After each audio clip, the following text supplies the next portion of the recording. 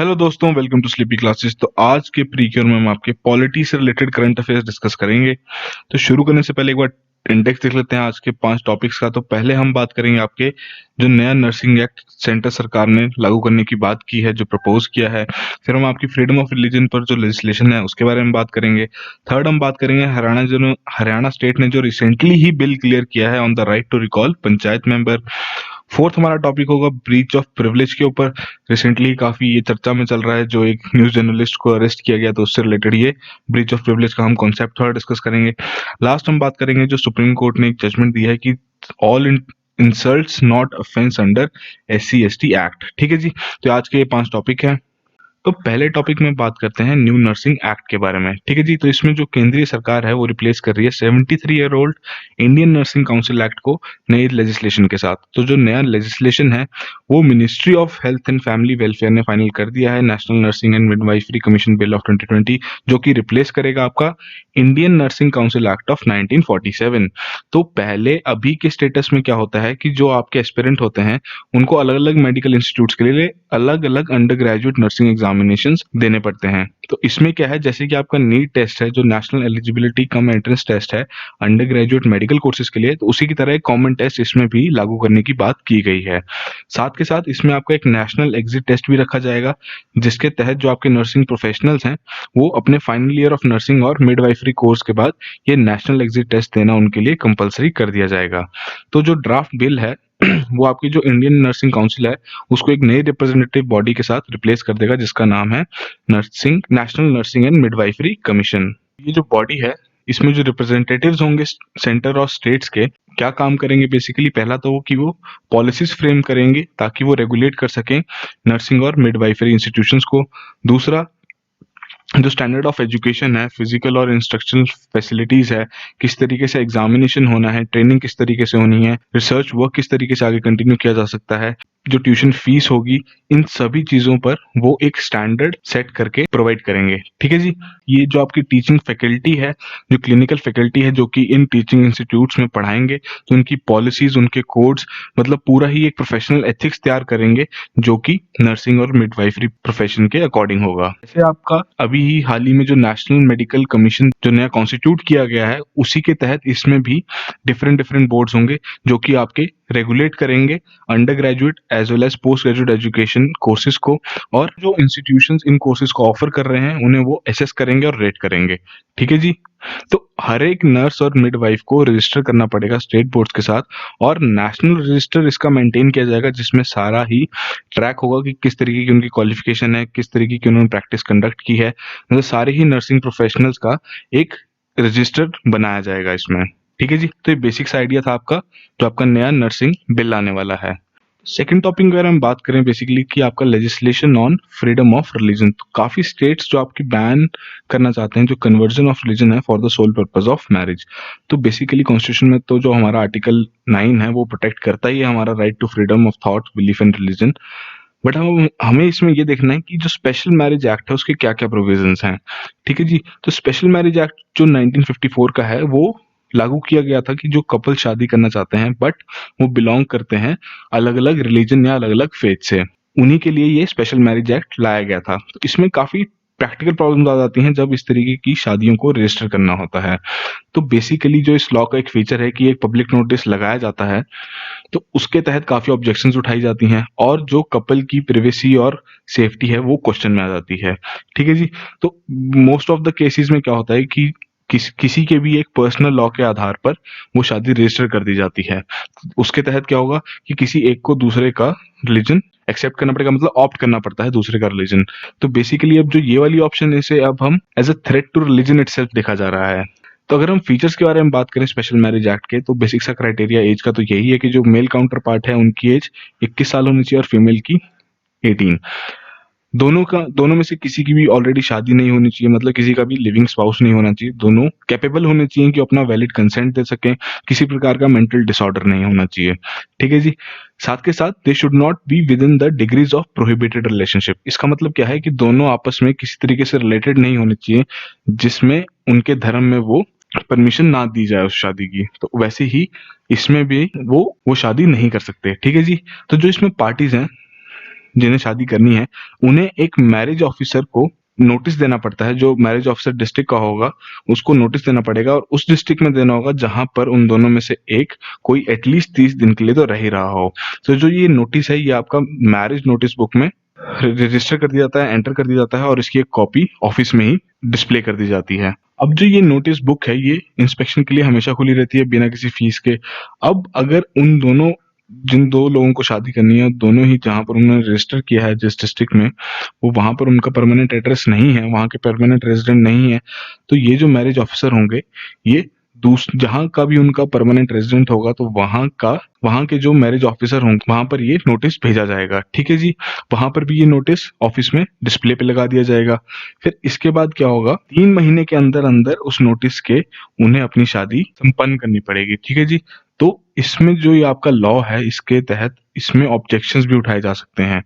अगर किसी इंसान को इस शादी से दिक्कत है तो वो with in 30 days of publication of the notice तब तक वो किसी वैलिड रीजन के आधार पर कोई ऑब्जेक्शन उठा सकते हैं। तो इसमें जो मैरिज ऑफिसर होंगे वो इस ऑब्जेक्शन को इंक्वायर करेंगे और अगले 30 दिनों के अंदर अंदर वो एक अपना डिसीजन देंगे। अगर जो आपके मैरिज ऑफिसर हैं वो मना कर देते हैं मैरिज करने से, परमिशन नहीं देते हैं, तो उसमें जो डिस्ट्रिक्ट कोर्ट है वहां पर एक अपील रखी जा सकती है। वहां का जो कोर्ट का डिसीजन होगा वो वहां पर फाइनल माना जाएगा। इस एक्ट के आधार पे ये भी कहा गया है कि अगर मेंबर किसी अनडिवाइडेड फैमिली से बिलोंग करता होगा, जो प्रोफेस करते होंगे as a Hindu, Buddhist, Sikh और जैन रिलीजन्स, तो अगर वो शादी करेंगे एसएमए के अंडर तो वो रिजल्ट करेगा कि उनका उस परिवार से रिश्ता खत्म हो जाए। ठीक है जी, तो इसमें जो हर्डल्स फेस करते हैं कपल्स उनके बारे में बात करें कि जब इस तरीके का नोटिस रजिस्ट्रेशन ऑफिस में रख दिया जाता है तो काफी लोग उस चीज को ऑब्जेक्ट करने जाते हैं। तो जितने भी आपके ऐसी रिपोर्ट्स भी आई हैं इससे रिलेटेड की जो राइट विंग ग्रुप्स हैं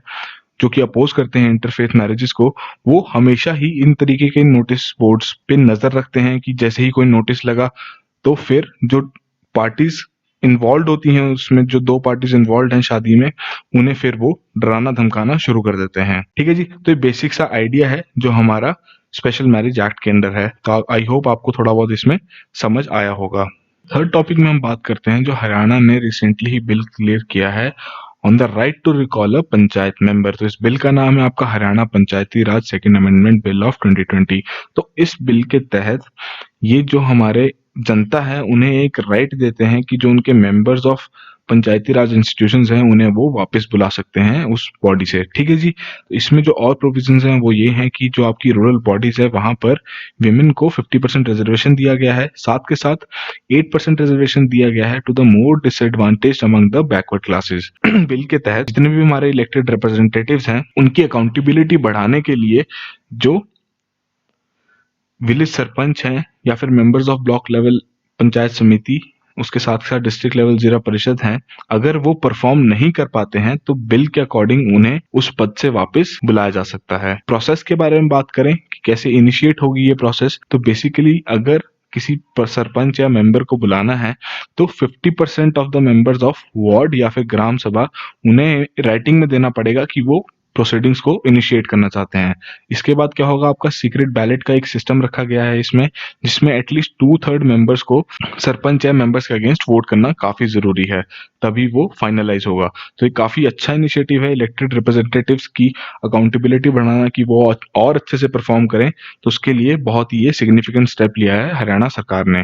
ठीक है जी, तो आपकी जो पंचायती राज इंस्टीट्यूशन का जो सिस्टम है ये आपका basically rural local self government का सिस्टम है इंडिया में। ठीक है जी, तो लोकल सेल्फ गवर्नमेंट बेसिकली क्या है कि जो लोकल अफेयर्स हैं वो लोकल बॉडीज द्वारा ही मैनेज किए जाएं, हैंडल किए जाएं, और लोकल बॉडीज आपकी इलेक्ट की जाएंगी लोकल पीपल ही द्वारा। तो पीआरआई का जो सिस्टम है ये कॉन्स्टिट्यूशनलाइज्ड किया गया था through the 73rd constitutional amendment act of 1992। तो मैं आपको एडवाइस करूंगा इसके बारे में आप जरूर डिटेल में पढ़िए। ठीक है जी, तो इसके तहत क्या हुआ कि एक तो ग्रास रूट लेवल पर डेमोक्रेसी और स्ट्रेंथन होगी। ठीक है जी, उसके तहत जो रूरल डेवलपमेंट है उसको भी एक नया बूस्ट मिला। बेसिकली 1992 में 73rd अमेंडमेंट आई थी जिसके तहत 3 टीयर स्ट्रक्चर बनाया गया था पंचायत पे, village level, block level, district level. ठीक है जी, function of Panchayati Raj minister क्या है कि पहली बात तो जो इम्प्लीमेंटेशन है 73rd अमेंडमेंट की तो उसको मॉनिटर करें। फिर आता है आपका जो पंचायती राज इंस्टीट्यूशंस है उनकी इकोनॉमिक डेवलपमेंट और सोशल जस्टिस को सिक्योर रखें इन देयर रिस्पेक्टिव एरियाज, उसके बाद जितनी भी रिसर्च स्टडीज हैं या कोई वर्कशॉप्स हैं या कोई सेमिनार्स कंडक्ट किए जा रहे हैं for the development of panchayat, तो उनकी फंडिंग भी दी जाए। तो ये बेसिक्स आइडिया था हरियाणा के बिल के बारे में और पंचायती राज इंस्टीट्यूशन के बारे में। तो फोर्थ टॉपिक में हम बात करते हैं आपके ब्रीच ऑफ प्रिविलेज से रिलेटेड। ठीक है जी, तो Supreme Court has granted respite to Arnab Goswami in the breach of privilege case, और साथ के साथ इन्होंने महाराष्ट्र असेंबली के जो सेक्रेटरी हैं उन्हें शो कॉज नोटिस इशू कर दिया है। तो अगर हम बात करें ब्रीच ऑफ प्रिविलेज के बारे में, तो ऐसे सर्टेन प्रिविलेजेस और पावर्स पार्लियामेंटेरियंस और लेजिस्लेचर्स को दिए जाते हैं ताकि वो अपनी डिग्निटी और अथॉरिटी मेंटेन कर सकें। बट ये जो पावर्स और प्रिविलेजेस हैं ये कहीं कोडिफाइड नहीं है, ना ही इन पर कोई रूल्स हैं, नोटिफाइड रूल्स हैं कि जिसके तहत ये डिसाइड किया जा सके कि किस तरीके का कोई भी एक्ट ब्रीच ऑफ प्रिविलेज है और क्या वो पनिशमेंट अट्रैक्ट करता है। ठीक है जी, तो बेसिकली ऐसा कोई भी एक्ट जो किसी भी स्टेट लेजिस्लेचर के हाउस या उसके मेंबर को अपनी ड्यूटीज या फंक्शन करने से रोके या ऑब्स्ट्रक्ट करे, तो बेसिकली ऐसे एक्ट को वो ट्रीट करते हैं as a breach of privilege, चाहे वो डायरेक्टली हो या इनडायरेक्टली। ठीक है जी, साथ के साथ अगर कोई व्यक्ति कोई स्पीचेस दे रहा है या कोई चीज प्रिंट कर रहा है न्यूज़पेपर में जिसके तहत उस हाउस की प्रोसीडिंग्स या उस हाउस की कमेटी या किसी मेंबर के कैरेक्टर पर बात आ रही है और वो की नजरों में एक बैड ओपिनियन क्रिएट कर रहा है, तो इस तरीके की एक्टिविटी को भी ब्रीच ऑफ प्रिविलेज माना जाता है। कॉन्स्टिट्यूशन के प्रोविजंस के बारे में बात करें जो कि प्रोटेक्ट करते हैं प्रिविलेजेस ऑफ द लेजिस्लेचर, तो basically article 105 of the constitution के अकॉर्डिंग ये पावर्स, प्रिविलेजेस और इम्यूनिटीज लिखी गई हैं of the either house of the Indian parliament end of its members and committees. ठीक है जी, आर्टिकल 194 स्टेट लेजिस्लेचर्स के सेम तरीके से डील करता है। पार्लियामेंट्री प्रिविलेज बेसिकली आपका क्या, इस टर्म से क्या हमें समझ आता है कि एक राइट है, एक इम्यूनिटी है जो कि एंजॉय की जाती है लेजिस्लेचर द्वारा, जिसके तहत लेजिस्लेचर्स को प्रोटेक्शन ग्रांट की जाती है अगेंस्ट सिविल और criminal liability for the action done और statements made in the course of their legislative duties. अगर हम प्रोसीजर्स के बारे में बात करें कि इस तरीके के जो केसेस होते हैं ब्रीच ऑफ प्रिविलेज के वो किस तरीके से हैंडल किए जाते हैं, तो लेजिस्लेटिव असेंबली के स्पीकर या फिर लेजिस्लेटिव असेंबली के जो चेयरमैन होंगे वो प्रिविलेज कमेटी कॉन्स्टिट्यूट करेंगे जिसमें 15 मेंबर्स होंगे असेंबली के लिए, 11 मेंबर्स होंगे काउंसिल के लिए। तो जो मेंबर्स ऑफ द कमेटी होंगे वो नॉमिनेट किए जाएंगे based on the party strength in the house. तो इसमें क्या होता है, जो आपके स्पीकर और चेयरमैन होते हैं वो पहले डिसाइड करते हैं मोशंस पर। ठीक है जी, अगर तो उन्हें प्रिविलेज या फिर जो कंटेम्प्ट है वो लगता है प्राइमा फेसी नेचर का है, कि मतलब पहले तो वो सत्य लग रहा था बट बाद में वो झूठ निकला, तो इस तरीके को वो जो भी मोशंस होंगे वो फॉरवर्ड कर देंगे प्रिविलेज कमिटीज को ताकि वो ड्यू प्रोसीजर कंप्लीट कर सकें। तो जो कमेटी होगी उसके पास कॉसी जुडिशियल पावर्स होंगी जिसके तहत वो जितनी भी कंसर्न्ड इससे पार्टीज होंगी उनसे वो एक्सप्लेनेशन मांग सकते हैं, इंक्वायरी कंडक्ट कर सकते हैं और रिकमेंडेशंस अपनी दे सकते हैं बेस्ड ऑन द फाइंडिंग्स। तो पनिशमेंट के बारे में बात करें, अगर कोई गिल्टी पाया जाए इस तरीके की ब्रीच ऑफ प्रिविलेज का, के लिए इसमें कमेटी जो भी ऑफेंडर होगा उसे उसके लिए पनिशमेंट रिकमेंड कर सकती है। इसमें पनिशमेंट में काफी कुछ इंक्लूड है कि जैसे या तो उस ऑफेंडर को समन किया जाए हाउस में और सबके सामने वार्निंग दी जाए, और मैक्स टू मैक्स उसे जेल तक भी भेजा जा सकता है। अगर मीडिया का केस है तो उसमें क्या होगा, जो प्रेस फैसिलिटीज होंगी स्टेट लेजिस्लेचर की वो विड्रॉ कर दी जाएंगी और एक पब्लिक अपॉलॉजी भी मांगी जा सकती है। ठीक है जी, तो ये बेसिक सा आइडिया था आपका ब्रीच ऑफ प्रिविलेज से रिलेटेड। तो फिफ्थ टॉपिक में हम बात करते हैं, सुप्रीम कोर्ट ने ये कहा है कि all insults and intimidation to person belonging to Dalit और ट्राइबल कम्युनिटीज उन्हें एज अ ऑफेंस रजिस्टर नहीं किया जाएगा under the schedule caste and schedule tribes prevention of atrocities act. ठीक है जी, इसमें वही केसेस रजिस्टर किए जाएंगे, वही insults as a offence register की जाएगी, दो जो कि स्पेसिफिकली विक्टिम को ह्यूमिलिएट करने के लिए होगी बेस्ड ऑन हिज कास्ट। ठीक है जी, मतलब उसकी कास्ट का मजाक उड़ाया जा रहा है तभी वो केस रजिस्टर किया जाएगा अंडर दिस एक्ट। तो इसमें जो आपका schedule caste and schedule tribes prevention of atrocities की जो अमेंडमेंट एक्ट 2018 का, तो उसके बारे में बात करते हैं।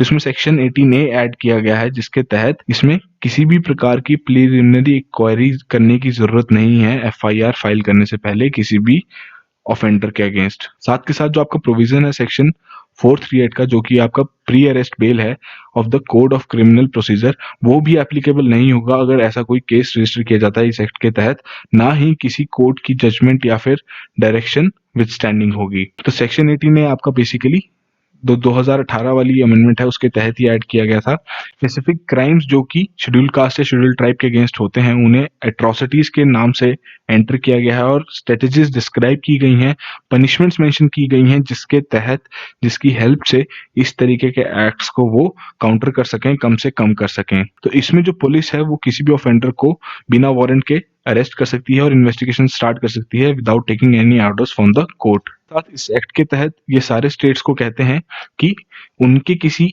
एग्जिस्टिंग सेशन कोर्ट हर एक डिस्ट्रिक्ट में उसे कन्वर्ट किया जाए स्पेशल कोर्ट में, जहां पर इस तरीके के जो केसेस हैं जो कि इस एक्ट के अंडर रजिस्टर्ड हैं वो ट्राई किए जा सकें, वहां पर उनकी क्रिमिनल प्रोसीडिंग्स की जा सके और स्पेशल प्रोसिक्यूटर्स या फिर स्पेशल पब्लिक प्रोसिक्यूटर्स प्रोवाइड किए जाएं, इन केसेस को कंडक्ट करें इन स्पेशल कोर्ट्स में। ठीक है जी। साथ के साथ इसमें एक टर्म डाली गई है एट्रोसिटी प्रोन। तो ऐसा अगर कोई भी रीजन होगा या ऐसा कोई भी एरिया होगा जहां पर काफी ज्यादा इंसिडेंट्स हो रहे हैं कास्ट वायलेंस से रिलेटेड, तो उसे एट्रोसिटी प्रोन डिक्लेयर कर दिया जाएगा और वहां क्वालिफाइड ऑफिसर्स अपॉइंट किए जाएंगे ताकि लॉ एंड ऑर्डर मेंटेन रहे। अगर कोई non SC ST public servants हैं और वो विलिंगली इसमें काम नहीं कर रहे तो उनके लिए भी पनिशमेंट्स मेंशन्ड हैं। तो जो भी ये एक्ट के प्रोविजंस हैं ये आपके स्टेट गवर्नमेंट्स और यूनियन टेरिटरी एडमिनिस्ट्रेशन द्वारा इंप्लीमेंट किए जाते हैं और सेंट्रल सरकार की इसमें पूरी सहायता उन्हें मिलती है। ठीक है जी। तो ये बेसिक सा आइडिया था आपका शेड्यूल कास्ट और schedule tribes prevention of atrocities act of 2018 जो अमेंडमेंट थी उसकी हमने थोड़ी बहुत प्रोविजंस डिस्कस किए। जाने से पहले एक पीस ऑफ इन्फॉर्मेशन आप सभी के लिए, जो हमारा मेंस आंसर राइटिंग बैच है उसका बैच टू लॉन्च कर दिया गया है 2021 के लिए। 16 नवंबर से इसकी क्लासेस जो इसका बैच है ये शुरू कर दिया जाएगा। अप्रोक्सीमेटली 108 डेज की इसमें आंसर राइटिंग प्रोग्राम है। डेली आपको एक नया क्वेश्चन मिलेगा, नए सब्जेक्ट से रिलेटेड होगा। तो बेसिक्स ऑब्जेक्टिव इस बैच का यही है कि आप एक शेड्यूल पकड़ें और उस पर स्टिक रहें, अपनी जो आपकी प्रिपरेशन है उसको कंसिस्टेंट रखें। तो जितनी भी डिटेल्स हैं इससे रिलेटेड वो हमारी वेबसाइट पे मेंशन है। अगर आपको और कोई डिटेल जाननी हो या आपकी और कोई क्वेरीज हो तो आप हमारे ऑफिस के नंबर पर कॉल कर सकते हैं ड्यूरिंग वर्किंग आवर्स। तो आज के हमारे 5 करंट अफेयर्स के टॉपिक पॉलिटिक्स से रिलेटेड यहीं खत्म होते हैं। इनको अच्छे से कवर कीजिए, इनको अपने नोट्स में जमा कर लीजिए। आपको जरूर है कभी ना कभी मीठा फल तो देंगे ही। तो इसी तरीके से मेहनत करते रहिए। So all the very best and have a good day.